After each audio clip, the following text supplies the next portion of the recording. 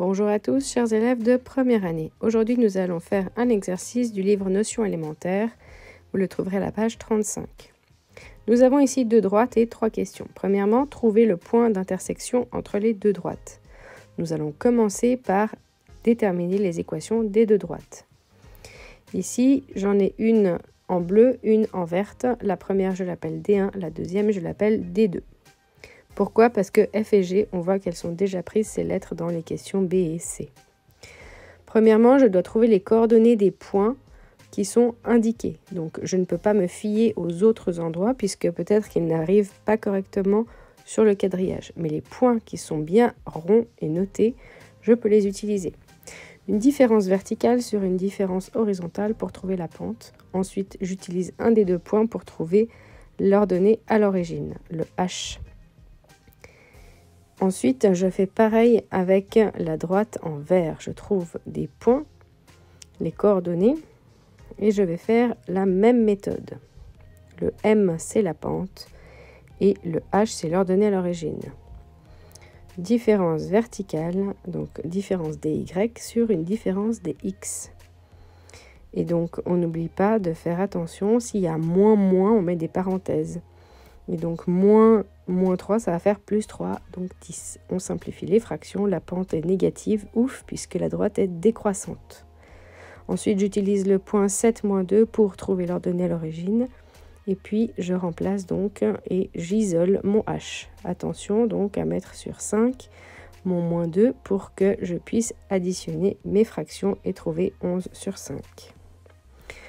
Quand j'ai mes droites, eh bien, je vais devoir résoudre une équation. Quand est-ce qu'une droite est égale à l'autre ou est-ce qu'ils ont le même x? Donc, on va poser une équation. On va poser donc toute l'équation de D1 égale à toute l'équation de D2. Je mets ici en couleur les étapes. Donc, ici, c'est une étape importante pour trouver un point d'intersection.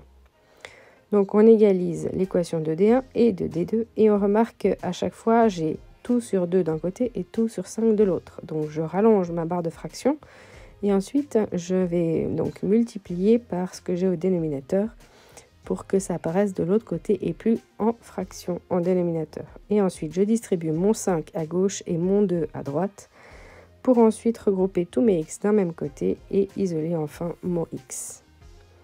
J'ai le x, mais cela ne suffit pas, un point à deux coordonnées. Donc, je cherche la coordonnée y en remplaçant mon x dans une des deux équations. Je remplace dans D1, j'aurais pu le faire aussi dans D2. Ce n'est pas un point très rigolo puisqu'on a des fractions sur 11, mais voilà, c'est l'exercice. Et donc, finalement, on a une fraction à simplifier en 14 sur 11 et le point i à la coordonnée x 17 sur 11 et y 14 sur 11. On a donc trouvé le point i. Deuxième question. On doit trouver une fonction f qui passe par l'origine et par i. Je peux dessiner, mais ce n'est pas demandé, cette fonction. Ici, je vois et je sais donc, parce que ça passe par l'origine, que c'est une droite linéaire. Elle est donc de la forme la pente fois x, un multiple de x. J'utilise les coordonnées trouvées au point i. Et je substitue x par 17 sur 11 et j'égalise à 14 sur 11 le y. Ensuite, il faut donc isoler mon m. Et j'ai donc les 11 qui se simplifient. Il reste 14 sur 17. C'est le m, donc la fonction cherchée, c'est 14 sur 17x égale à f de x.